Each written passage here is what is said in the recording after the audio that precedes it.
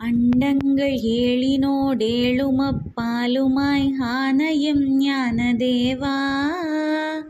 அருகுடன் தும்பையும் ஆத்தியும் கொன்றையும் மணிசையும் அழகு மார்பா எண்டிசை நடுங்கவே இறைவனார் தேரினச் சிற்றிட்ட செய்த வீரா இலகு புகழ் முனி சொல்ல உலகு புகழ் பாரதம் எழுதிடும் கவிதை நேசா தண்டையொடு கிண்கிணி சதங்கையும் கொஞ்சவே சந்த நடை கொள்ளும் பாதா சரவணன் அருமுகன் மணமகன் ஆகவே தன்னழி புரிந்த ஈசா தெண்டிரை சூழுலகில் தேவி ராஜேஸ்வரியின் தெய்வமாகருணை பாட